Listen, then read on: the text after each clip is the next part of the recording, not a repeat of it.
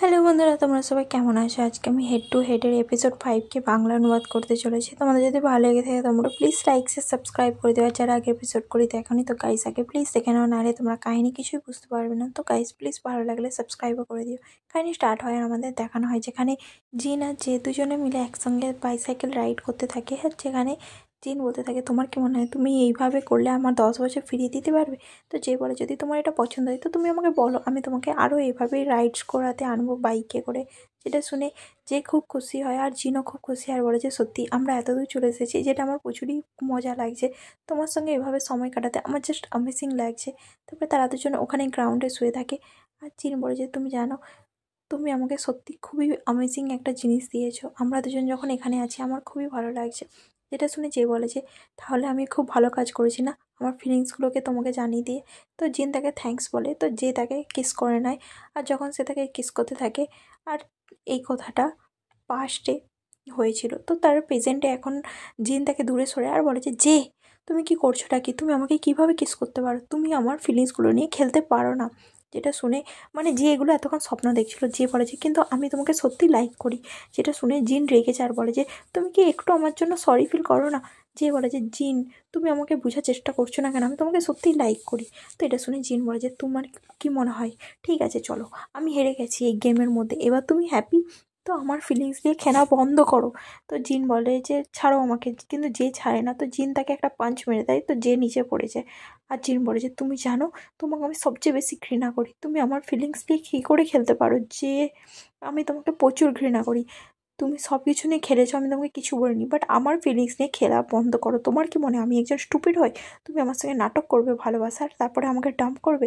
তো যে বলে যে তুমি কি সারা জীবন আমাকে এইভাবেই দেখতে চাও? তো জিন বলে যে হ্যাঁ, তুমি সারা জীবনই বেকার ছিলে আর বেকারই থাকবে। তোমার মতন ছেলেকে আমি কখনো বিশ্বাস করি না। তুমি জানো কি করেছিলে তুমি? তখন যে দেখানো হয় যখন ছোটোবেলায় জিন বলেছিল যেকে যে আমি তোমাকে লাইক করি, তো যে তাকে মজা উড়িয়েছিল আর সেই কথাটা গোটা স্কুলে বলে দিয়েছিল যে জিন ছেলের দিকে পছন্দ করে। তো এটা শুনে তাকে সবাই মজা করাতো। তো জিন বলে যে তুমি জানো ছোটোবেলা থেকে আমার সঙ্গে কী কী হয়েছে? তোমার জন্য আমি সেগুলো কখনো ভুলতে পারবো না। তুমি আমাকে সেদিনকে রিজেক্ট করে দিয়েছিলে, তারপর থেকে স্কুলের সবাই আমার দিকে যেভাবে তাকাতো, তুমি কখনো বুঝতেও পারবে না যে আমার সঙ্গে কী কী হয়েছে। সেই জিনিসগুলো মনে করলে না আমার তোমার প্রতি আরও ঘৃণা বেড়ে যায়। তো যে বলে যে জিন, আমি জানি আমি যেইটা করেছি আমি ভুল করেছি। তো জিন বলে যে তুমি এবার চুপ করো, আমি তোমার মুখ থেকে কিছুই শুনতে চাই না।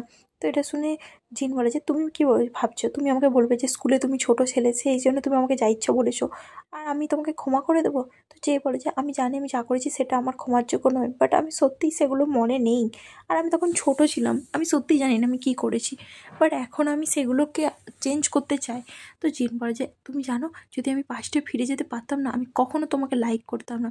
আমি সবসময় তোমার থেকে দূরেই যেতে চাইবো। তো আমি সত্যিই তোমাকে ঘৃণা করি। তুমি আমার জীবনে সবচেয়ে বড় একটা খারাপ জিনিস। আমি প্রমিস করছি আমি তোমাকে সারা জীবন ঘৃণা করে যাব। যে বলে যে জিন, আমরা কি এই প্রবলেমটাকে সলভ করতে পারি না? তুমি কিভাবে এটা বলতে পারো? জিন বলে আমার পুরো লাইফে আমি কখনো তোমার সঙ্গে এই জিনিসটাকে সলভ করবো না।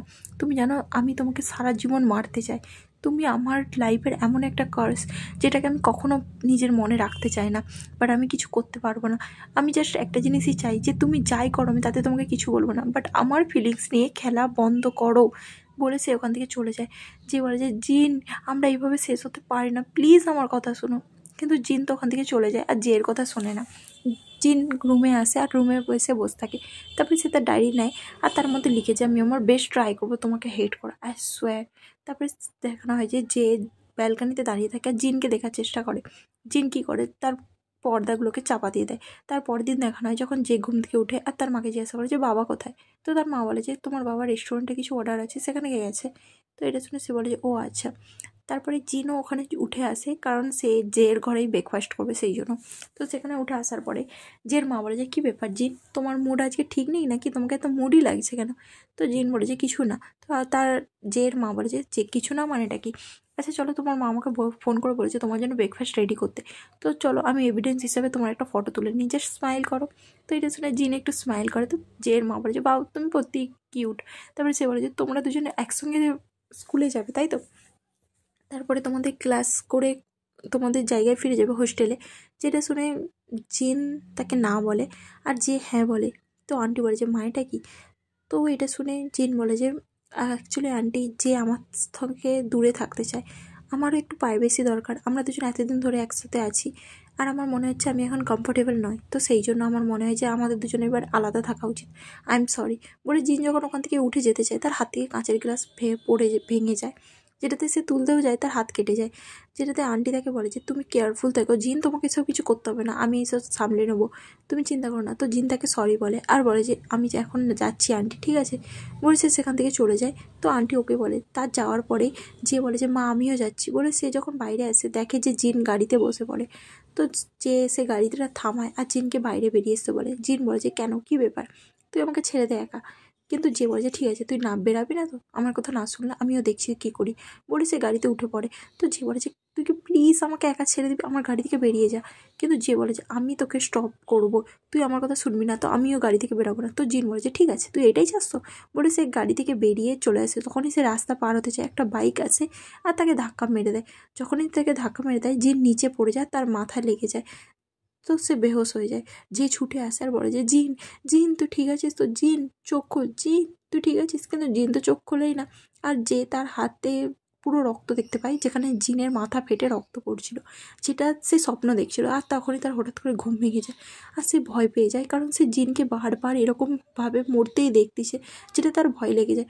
পরের দিন দেখানো হয় যে জিন উঠে আর তার মা ফোন করে। সে যখন তার মায়ের ফোন রিসিভ করে আর বলে যে আপনি কে বলছেন ম্যাডাম, আপনি কাকে ফোন করেছেন। তার মা বলে যে গুড মর্নিং মাই সন, তুমি এখনও আমার উপরে রেগে আছো। তো জিন বলে যে আপনি কে, আমি তো জানিই না, আর আপনার কাকে দরকার ম্যাম।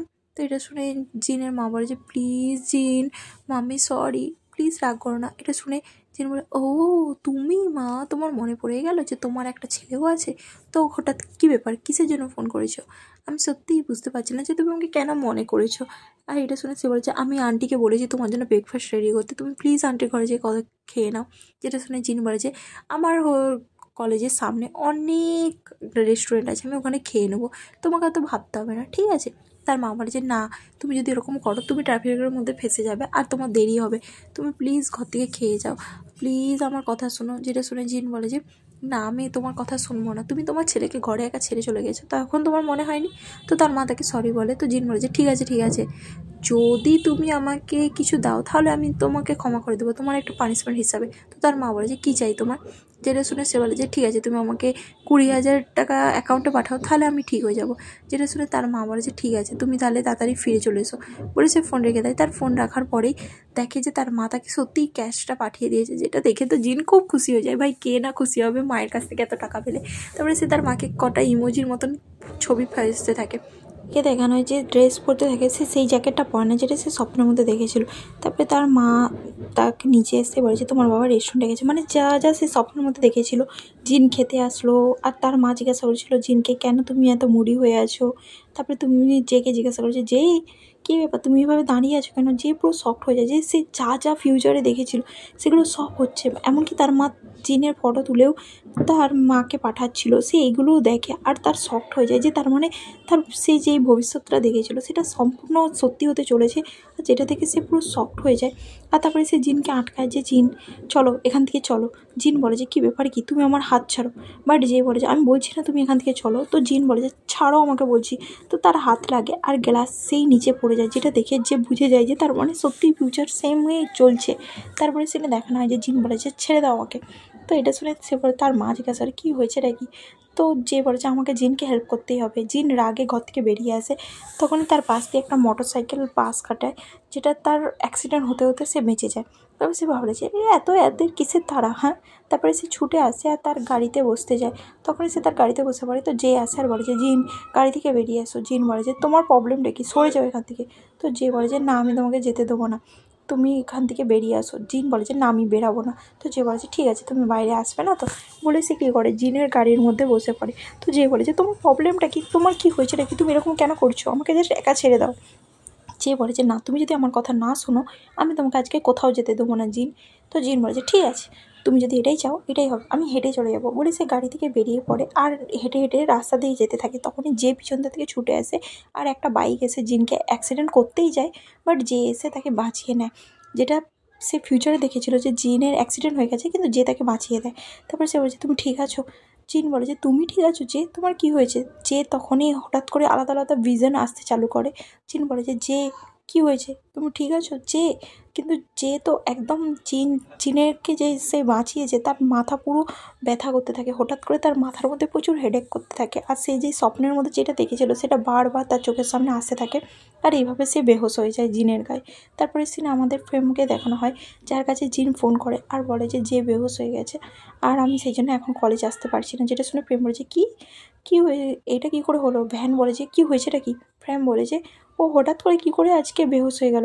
আচ্ছা ঠিক আছে, তুই অন্তত ক্লাসের জন্য আয়। তো এটা শুনে জিন বলে যে আমি অত জানি না ও কিসের জন্য হয়েছে, বাট আমি তাড়াহুড়ো করে ওকে এখন শু করে রেখেছি, ওর হোশ ফিরলে আমি চলে আসবো। তো প্রেম বলে যে ঠিক আছে, আমি যের জন্য প্রফেসরের সঙ্গে কথা বলছি, কিন্তু তুই অন্তত চলে ক্লাসটাকে অ্যাটেন্ড কর। তো সে ওকে বলে। তারপরে দেখানো হয় যে যখন জের হোশ ফিরে আসে, জিন বলে যে আন্টি আমি এবার যাচ্ছি, তুমি ওকে হসপিটাল নিয়ে যেও। তো এটা শুনে আন্টি বলে যে ঠিক আছে, তোমার ক্লাস আছে, তুমি যাও, আমি ওকে হসপিটাল নিয়ে চলে যাব, তুমি চিন্তা করো না। তো এটা শুনে জিন বলে যে ঠিক আছে, যদি কিছু হয় আমাকে তুমি সঙ্গে সঙ্গে ফোন করো বলে সে সেখান থেকে চলে যায়। কিন্তু যে আটকায় জিন, ও মা ওকে যেতে দিও না, আমাকে জিনকে আটকাতে হবে, জিন ডেঞ্জারাসের মধ্যে আছে। তার মা বলে যে তুমি এসব কী বলছো নাকি, জিন ঠিকই আছে, তুমি ডেঞ্জারের মধ্যে আছো, তুমি হঠাৎ করে বেহোশ কী করে হয়ে গেলে? হ্যাঁ, তুমি নিজের কথা ভাবো, তোমাকে জিনের কথা ভাবতে হবে না। কিন্তু যে বলে যে মা আমাকে ওকে দেখতেই হবে, তার মা বলে যে চলো মেডিকেল চেক আপে নিয়ে যাবো। আর এখানে প্রেমকে দেখানো হয় যে জেকে মেসেজ করে যে তুই হঠাৎ করে বেহোশ কী করে হয়ে গেলিস। কিন্তু যে তো শুধু জিনের খোঁজই নিতে থাকে যে জিন কোথায়, জিন কি এখনও এসেছে। প্রেম বলে যে তুই কেমন আছিস, তুই ঠিক আছিস, ও আসলে আমি তোকে জানিয়ে দেবো। তো যে বলে যে জিন যদি আসে আমাকে জানাবি, জিন সেফ আছে নাকি আমাকে জানা। তো এটা শুনে ফ্রেম তো শকড হয়ে যায় যে এ এত যে কেন করছে, আর জিন এত মানে এরকম বিহেভ করছে কেন। তারপরে তারা জিজ্ঞাসা করে যে জিন কোথায়।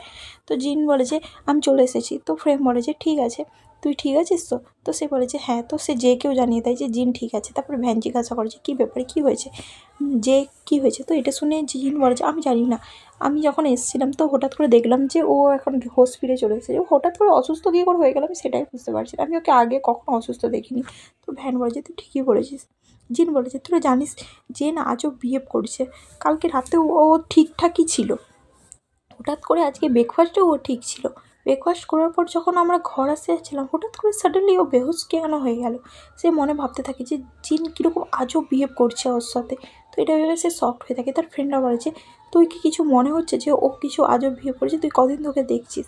তো এটা শুনে জিন বলে যে যেদিন থেকে ওর অ্যাক্সিডেন্ট হয়েছিল না সেই রেসিংয়ের জায়গায়, সেদিন থেকে আমি ওকে আজব দেখছি। আর এখানে জেকে দেখানো হয় তার মা তাকে হসপিটাল নিয়ে আসে চেক আপের জন্য, আর তার মা বলে যে তোমার ফুল বডি চেক আপ করে নেবো, যদি কিছু প্রবলেম হয় ডক্টর আমার দিকে জানিয়ে দেবে, ঠিক আছে। তো যে ওকে বলে। তারপরে সে চেক আপ করে আসে, আর তার মা জিজ্ঞাসা করে যে ডক্টর কী বলেছে। তো যে বলে যে ডক্টর বলেছে আমি জাস্ট কিছু ভারী ভুড়ি যাতে না চাগাই, তারপরে আমার হাত ঠিক আছে আর আমি এখন ঠিকই আছি। তো তার মা বলে যে ঠিক আছে, তাহলে তুমি আর ভারী ভুড়ি কিছু এখন চাগাবে না, আর তুমি রেস্ট নাও, ঠিক আছে। যদি কিছু প্রবলেম হয় তুমি আমাকে জানিও। তোমার কি আর হেডেক হচ্ছে? যদি তোমার হেডেক হয় তুমি আমাকে বলো, আমি ডক্টরের কাছে দেখিয়ে নেবো। ডক্টর তো তোমাকে ফাইন বলেছে তাই না যে? তো যে বলে যে হ্যাঁ। তারপরে তার মা তার হাতটা দেখে আর বলে যে তোমার হাত তাড়াতাড়ি ঠিক হয়ে যাবে, তুমি চিন্তা করো না, তুমি তাড়াতাড়ি ঠিক হয়ে যাবে, যে তোমার কিচ্ছু হবে না। আর তাছাড়াও এগুলো তো বোঝাই যায়, তো তোমার কিচ্ছু হবে না, তুমি চিন্তা করো না, তুমি কমফোর্টেবল হয়ে যাবে, ঠিক আছে, তুমি কমফোর্টেবলভাবে ড্রাইভিংও করতে পারবে। তো এটা শুনে যে বলে যে মা আমাকে জিনের ঘরে যেতে হবে, আমি জিনের সঙ্গেই থাকবো, ঠিক আছে, ওর হোস্টেলে, তো আমি ওখানে যাচ্ছি। তো এটা শুনে তার মা ওকে বলে। তারপরে সেটা আমাদের এখানে জিন আর তার ফ্রেন্ডের দিকে দেখানো হয়, যেখানে তারা কথা বলতে থাকে যে কদিন ধরে কেন এরকম বিহেভ করছে আমি বুঝতে পারছি না, আমি কদিন ধরে নোটিস করছি। তো তার ফ্রেন্ডরা বলে যে তোর কেন এরকম মনে হচ্ছে। জিন বলে যে তোদেরকে কী করে বুঝাবো, ও কখনো কখনো সারপ্রাইজিংলি আমি যখন ওর সঙ্গে থাকছি না আমার মনে হচ্ছে ও খুবই ভালো একজন পার্সন। তো এটা শুনে ভ্যান আর মায়াই বলে যে ও এবার তোর ওকে ভালো লাগতে চালু করেছে। ভ্যান বলে এটা বলিস না যে তুই ওর জন্য ফিলিংসও রাখতে চালু করেছিস। তো মাই বলে যে সব শেষে জানাই যাবে যে হঠাৎ করে তোরা দুজন একে অপরকে ভালোবাসতে চালু করেছিস। জিন বলে যে এরকম কিছুই না, ঠিক আছে। তো মাই বলে যে আমাদের গ্রুপের মধ্যে 4 জনই বয়ফ্রেন্ড পেয়ে যাবে, আমি একা রয়ে যাব। তো এটা শুনে ফ্রেম বলে যে মাই তুই এসব কী বলছিসটা কি, আর কে 4 জন ডেট করবে। তো এটা শুনে তারা তাদের তাকিয়ে থাকে। তো মায়ের বলছে সরি আমি বাজে কথা বলছি, কিছুই না। তো এটা শুনে তারা জিনকে জিজ্ঞাসা করে যে জিন তোর ওয়ারিডটা কী লাগছে, তুই কেন ওকে আলাদা দেখছিস? তো এটা শুনে জিন বলে যে কাল রাতেও আমি ওকে দেখেছিলাম, হঠাৎ করে ও স্বপ্ন দেখে আর ঘুম থেকে উঠে পড়ে, আর হঠাৎ করে ও জেগে বসে থাকে, কখনো কখনো ও মনে হয় ঘুমের মধ্যেই বকতে থাকে। তো এটা শুনে তারা বলে যে ঘুমের মধ্যে বকতে থাকে? ঘুমের মধ্যে কী বকতে থাকে, তুই কি কখনো নোটিস করেছিস? তো এটা শুনে সে বলে যে না, জানি না, হঠাৎ করে ও কী বলে আমি সেটাই বুঝতে পারি না। আর প্রেম ভাবতে থাকে যে সেও তাকে বলেছিল যে সে হঠাৎ হঠাৎ করে আজব আজব স্বপ্ন দেখছে, যেগুলোর সাথে সত্যি হচ্ছে, আর সে জানে না যে একটা পার্সনকে নিয়েই সে স্বপ্ন দেখছে কেন। তো এই কথাগুলো সে ভাবতে থাকে। তখনই ভ্যান বলে যে তো তুই বল যে তোরই আর যে এতটা ক্লোজ কবে থেকে হয়ে গেলিস জিন, তুই হঠাৎ করে ওর জন্য এত কেন ভাবছিস? তুই আমাকে বলিস না যে তুই আর ও তোরা দুজনে ফাইট করেছিস। তারপরে তারা ফ্রেমকে জিজ্ঞাসা করে যে ফ্রেম তুই বল, যে তোকে কিছু বলে না? তোরা দুজন তো প্রচুর ক্লোজ, তাই না? ও তো তোকে কিছু হয়তো বলেছে। তো এটা শুনে ফ্রেম বলে যে না, আমাকে কিছু বলে না, আমাকে জাস্ট এমনি বলেছিল যে ওর গাড়িতে অ্যাক্সিডেন্ট হয়েছে। আর তাছাড়া জিন তুই আমাকে বল, তুই কবে থেকে যে এত ক্লোজ হয়ে গেলিস? তো এটা শুনে তারা বলে যে কেন, আমাকে কেন এই কথাটা জিজ্ঞাসা করছিস? তো তারা সবাই জিনকে জিজ্ঞাসা করতে পারে যে তোদের দুজনের মধ্যে এমন কিছু ঘটনা ঘটেনি তো যেটা তুই আমাদেরকে বলতে চাইছিস না? তো সে ভাবে যে সে আর যেহেতু কিসও করে নিয়েছে সেইটার জন্য সে তার ঠোঁটে হাত দিতে থাকে। তো মায়ে আর ভ্যান বলে যে তুই আমাদেরকে বলিস না যে তোরা দুজন একসাথে, তারা কিছু বলতেই চায়, জিন ভয় পায় যে তারা কিসের কথা বলবে, কিন্তু মায়ের আর ভ্যান বলে যে তোরা দুজন ফাইট করেছিস তাই তো, কে কাকে মেরেছে, তুই ওকে মেরেছিস নাকি ও তোকে মেরেছে? যেটা শুনে ফ্রেম তাকে বলে যে তোরা দুজন কিস করিস নি তো? যেটাতে জিন বলে যে আমরা দুজন ফাইট করেছি, মানে সে কিসটা বলে না, ফাইট বলে দেয়। তো এটা শুনে তারা বলে যে সিরিয়াসলি তোরা দুজন ফাইট করা কবে বন্ধ করবি? হ্যাঁ। তো মাই বলে যে আমাদের বন্ধুদের মধ্যে তো অন্য একজন কিস করেছে। যেটা শুনে ফ্রেম তাকে বলে যে মাই তুই আবার কি বলছিস? তো মাই বলে যে কিছু না কিছু না। তারপরে সেখানে দেখানো হয় যেখানে ভ্যান আর ফ্রেম তারা দুজন ঘরে ফিরে আসে। তো ফিরে আসতে ভ্যান কী করে, তার জুতোটাকে ঠিকভাবে রাখে। তো ফ্রেম বলে যে তোকে নিজে থেকে সব কিছু করতে হবে না। তো ভ্যান বলে যে তুই এভাবে কেন তাকিয়ে আছিস, যেন তুই ভূত দেখছিস? আর তাছাড়া আমি কিছু ফোর্স করছি না, ঠিক আছে? আমি জাস্ট নিজেকে চেঞ্জ করছি আর তোর মতন অ্যাডজাস্ট করার চেষ্টা করছি। তো এটা শুনে ফ্রেম বলেছে কিন্তু তোকে অ্যাডজাস্টই কেন করতে হবে? তো ব্যান বলেছে আমি জাস্ট এমনি তোর সঙ্গে অ্যাডজাস্ট করতে চাই, এই জন্যই, কারণ আমি যেহেতু তোর সঙ্গে আছি তো সেই জন্য আমি তোর মতন নিজেকে অ্যাডজাস্ট করে নিচ্ছি। তো ফ্রেম বলেছে ও আচ্ছা বুঝলাম। তারপরে সে বসে পড়ে আর ভ্যান বলেছে আমি জাস্ট নিজেকে বেটার পার্সন করতে চাই। তো এটা শুনে ফ্রেম বলে যে ও ভালো। তারপরে সে বাথরুমে চলে যায় ভ্যান। তারপরে জিন গেট খুলে আর জেকে দেখতে পায় আর সে বলে যে তুমি এখানে কী করতে এসেছো, নিজের জিনিস প্যাক করতে? তারপরে যে বসে পড়ে আর বলে যে আমি পুরোপুরি ঠিক হইনি। জিন বলে কিন্তু তোমার হাত তো ঠিক হয়ে গেছে না, ডক্টর তোমাকে বলেছে তো তুমি ঠিক হয়ে গেছো। যে বলে যে না আমি বললাম তো আমি ঠিক হইনি। তো এটা শুনে জিন বলে যে তুই কি আমার উপরে চেল্লানো বন্ধ করবি, তুই এখান থেকে বেরিয়ে যা। তো যে বলে যে আমি তোকে বললাম না যে আমি এখনও ঠিক হইনি, মানে আমি এখনও ঠিক হইনি। তারপরে সে ওখান থেকে চলে যায়। রাত্রে যখন তারা দুজন শুয়ে থাকে, যে এর ঘুম ধরে না, তো জিন ইরিটেট হয়েছে আর বলে যে তুই কী করছিস নাকি, সারা রাত কি জেগে বসে থাকবি, তোর জন্য আমার ঘুম ধরছে না, আমি কি করব? তো এটা শুনে যে কী করে তার পাশ থেকে উঠে বাইরে চলে যায়। আর জিন বলে যে হ্যাঁ এত রাগ করার কি আছে। তারপরে কিছুক্ষণ পরে যখন জিনের ঘুম ভাঙে সে বাইরে আসে আর দেখে যে বসে বসেই ঘুমাচ্ছে। আর বলে যে তুমি এত রাতে এতগুলো কফি কেন খেয়েছো? তখন সে তার পাশে বসে পড়ে আর যে ঘুমিয়ে তার কোলে শুয়ে পড়ে। যেটাতে জিন বলে যে তুই ঘুমিয়েও আমার সঙ্গে মেস করা ছাড়বি না তাই তো? সত্যি তোর নেচারটাই হচ্ছে আমার পিছনে লাগা। তারপরে সে বলে যে এমন কি দেখতে তুই সুন্দর, হ্যাঁ জাস্ট একটু হ্যান্ডসাম, আর এ বেশি আমার কিছুই নেই, তাতে কেন আমি তোকে এতটা লাইক করি? তোর এই বিহেভিয়ারটাতে আমার তোকে এত লাইক করার কী আছে? আমার তোকে একটু লাইক করাই উচিত নয়। সেরকম বলতেই থাকে, কিন্তু সে যখন ভালোভাবে যে মুখটার দিকে তাকায় তার হঠাৎ করে জেকে দেখে কোথাও মনে পড়ে যে সিরিয়াসলি ওকে লাইক করে। তারপরে জেকে দেখানো যে স্বপ্ন দেখতে থাকে। তো জিন বলে যে আবার এটা হচ্ছে, যে তুই আবার স্বপ্ন দেখছিস না, আবার খারাপ স্বপ্ন দেখছিস? বলে সে তার হাতকে কমফোর্ট করতে থাকে আর তার মাথায় হাত বুলাতে থাকে।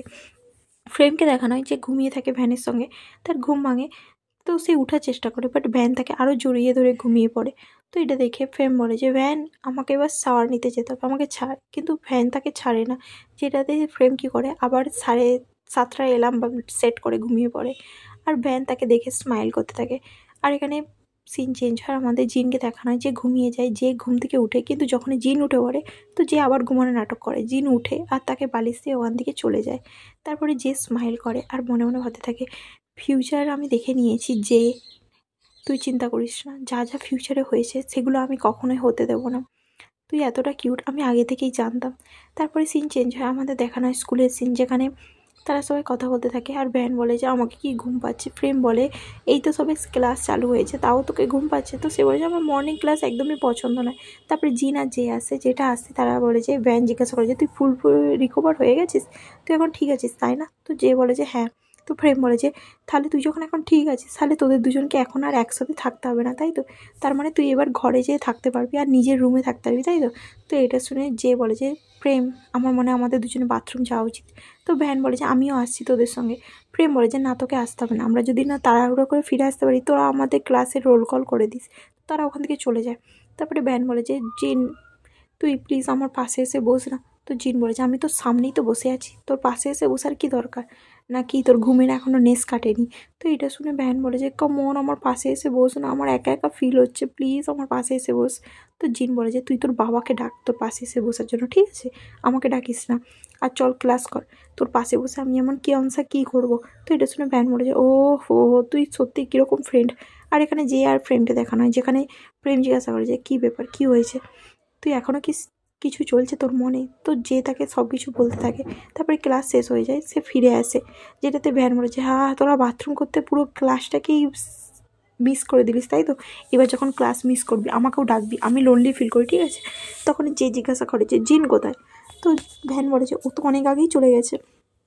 যেটাতে যে বলেছে কিন্তু আমিও তো ওর সঙ্গে যাবো, তাই না? ও আমাকে ছেড়ে কী করে চলে গেল বলে সে ওখান থেকে ছুটে চলে যায়। তারপরে ভ্যানকে দেখানো হয়, যে বলেছে সবাই আমাকে একা ছেড়ে চলে গেল। তো প্রেম বলে যে তুই এত চিন্তা করিস না, তোর কাছে আমি আছি তো, আমি তোকে চল খাবার খাতে নিয়ে যাচ্ছি। তো ভ্যান বলে যে ঠিক আছে ঠিক আছে, যা যা, সবাই যখন ছেড়ে চলে গেছে আমি একাই ফিল করি, আমি আর কি করব। হ্যাঁ তুই আমাকে কখনো একা ছেড়ে যাবি না আমি জানি প্রেম।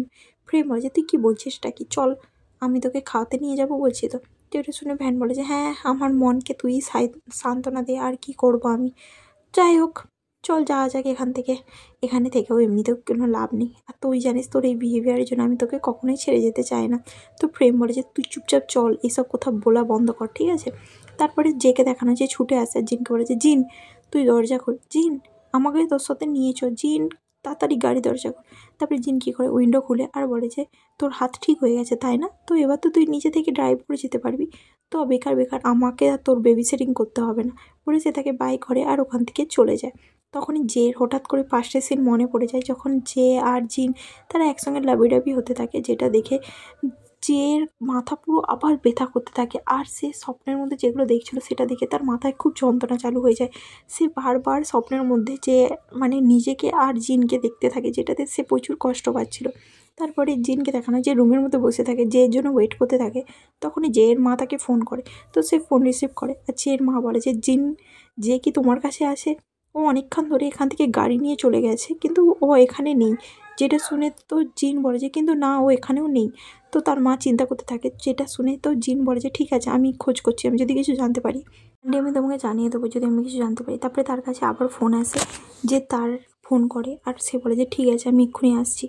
তারপরে জেকে দেখানো হয় যে তারের সেই রেসিং ট্র্যাকের মধ্যেই থাকে, যেখানে সে ফ্রেম তাকে বলেছিল যে তার মানে তুই যে ডিজাইনগুলো দেখছিলিস সেগুলো চোখ খুলেই তুই দেখেছিলিস, তাই তো? তুই ফার্স্ট টাইম ক্লিয়ারলি সেগুলো চোখ খুলে দেখেছিলিস সেই ট্র্যাকের মধ্যে, তাই তো? যখন তোর কার অ্যাক্সিডেন্ট হয়েছিল।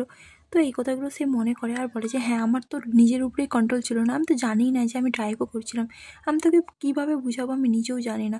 যে বলে যে আমরা যখন ড্রাইভিং করছিলাম হঠাৎ করে আমার চোখের সামনে আলাদা আলাদা ভিশন আসতে থাকে, আর আমি যেই জিনিসটা নেক্সট জানি যে আমার অলরেডি গাড়ি অ্যাক্সিডেন্ট হয়ে গেছে, আর আমি জিনকে নিজের সামনে দেখতে পাই। তো এটা শুনে ফ্রেম বলে যে তার মানে তুই ঘুমিয়ে ঘুমিয়ে যেগুলো দেখছিলিস তারপরে হঠাৎ করে তুই চোখ খুলেও সেগুলো দেখতে পেয়ে গেলিস, মানে তুই জানিস কি চলছে তোর সঙ্গে? তো যে বলে যে আমি জানি না, আর সেটাকে জানার জন্য আমাকে আবার ট্র্যাকেই যেতে হবে। তখনই সেখানে জিন আসে আর তারকে বলে যে তার তুমি ওকে আটকাওনি কেন, আর তুমি ওকে কী করে রেস করতে দিতে পারো? তার বলে যে আমার কাছে ফোন আসছে যে আমার ট্র্যাকের মধ্যে কেউ একজন ড্রেস করছে, আমি যখন আসি তখন ও এইভাবেই ড্রেস করতে থাকে। তো এটা শুনে জিনি বলে যে ও এখনও ঠিক হয়নি, তুমি ওকে কিছু বলছো না কেন? তো তার বলে যে আমি কি বলবো, ও আমার কোনো কথাই শুনবে না, ও আমার হাত থেকে বাইরে চলে গেছে, আমার কিছু করার নেই এখন। তখনই জিন যেতে চাই, তো তার জিজ্ঞাসা করেছে তুই কোথায় যাচ্ছিস? তো জিন বলে যে ওকে থামাতে, আবার কোথায়? তারপরে সিনে দেখানো হয় যে যখন গাড়ি চালাতে থাকে আর তার বারবার মনে পড়তে থাকে জিনের কথা, আর জিন তখনই তার পাশে গাড়ি নিয়ে আসে। তারপরে সে জেকে বলে যে গাড়ি থামাও, যে গাড়ি থেকে বাইরে এসো। তারপরে সে জের গাড়ির সামনে গাড়িয়ে রাখে আর জেকে গাড়ি থেকে বেরিয়ে আসতে বলে। তারপরে যে গাড়ি থেকে বেরিয়ে আসে জিন বলে যে তোর প্রবলেমটা কি, হ্যাঁ তুই আমাকে বল, তুই এটা কী করছিস, এটা কি তুই মরতে চাস, তুই কেন এরকম করছিস, তুই আমার কথা শুনছিস না কেন। যে রেগে যায় আর বলে যে আমি আর এরকমভাবে থাকতে চাই না, আমি সত্যি আর এরকমভাবে থাকতে চাই না, আমি সত্যি এরকমভাবে থাকতে চাই না বলে সে জিনকে হাক করে নেয়। জিন তো পুরো শকড হয়ে যায়, যে কাঁদতে থাকে আর বলে যে আমি সত্যি এরকমভাবে আর থাকতে চাই না, আমি এগুলো থামাতে চাই, আমার ভালো লাগছে না, কেন এইসব কিছু আমার সঙ্গে হচ্ছে জিন, আমি সত্যি আর এরকম চাই না জিন, আমি এরকমভাবে সত্যি থাকতে চাই না। তারপরে কিছুক্ষণ পর দেখানো হয় যেখানে যে বলে যে তুই জানিস আমি স্বপ্ন দেখছি, হঠাৎ করে আমি ফিউচার দেখছি। কিন্তু শকড হয় আর বলে যে সিরিয়াসলি তুমি আমাকে এইটা বিশ্বাস করতে বলছো। তো যে বলে আমি জানি এটা বিশ্বাস করা একটু হার্ড, বাট এটাই সত্যি, আমি যবে থেকে আমার অ্যাক্সিডেন্ট হয়েছে তবে থেকে আমি ফিউচার দেখছি। যেটা শুনে জিন বলে যে তার মানে তুমি এইটা বলছো যে তুমি ফিউচার দেখছো। তো যে বলে যে তুমি জানো তুমি কফির মধ্যে কতটা স্পুন চিনি নেবে, তুমি কখন স্ট্রবেরি আইসক্রিম খাও, তুমি যতই আমার কাছ থেকে লুকানোর চেষ্টা করো আমি জানি। এমনকি সেই নোটবুকটা যেটা তোমার আন্ডারের ড্রয়ারের মধ্যে ছিল ওইটাও আমি এই জন্যই জানলাম, কারণ আমি এগুলো সব স্বপ্ন দেখেছি, কারণ আমি ফিউচার দেখেছি সেই জন্য। তো এটা শুনে সে বলে যে তার মানে তুমি এটাও জানো যে কালকে যে আমার বাইক অ্যাক্সিডেন্ট হচ্ছিলো সেটাও তুমি দেখেছো। তো যে বলে যে হ্যাঁ আমি ফিউচারে অনেক কিছু দেখেছি আর সব কিছু আমার কাছে প্রচুর আজব একটা লাগছে। তো এই জন্য জিন বলে যে তোমাকে এই জন্যই এতটা ম্যাচিওর লাগছে তাই না, সেই জন্য আমি ভাবছি অ্যাক্সিডেন্টের পর থেকে তুমি এত ম্যাচিওর কী করে হয়ে গেলে। তো যে বলে যে মানে, জিন বলে যে তুমি জানো যবে থেকে তুমি আমার সঙ্গে আছো তুমি আগে থেকে প্রচুর ঠান্ডা হয়ে গেছো, তুমি আর আমার সঙ্গে ফাইটও করো না, তুমি আমাকে ইগনোর করো যখন আমি ফাইট করার চেষ্টা করি, তুমি সবসময় আমার সঙ্গে ম্যাচিওরের মতন বিহেভ করো, নাহলে আমিও ভাবলাম যে তুমি আর আমি একসঙ্গে কী করেই বা থাকতে পারি তাই না। তো যে বলে যে আমি সত্যি রিয়েলাইজ করিনি। তো জিন বলে কিন্তু আমি রিয়েলাইজ করেছিলাম যে তুমি অনেকটা বদলে গেছো।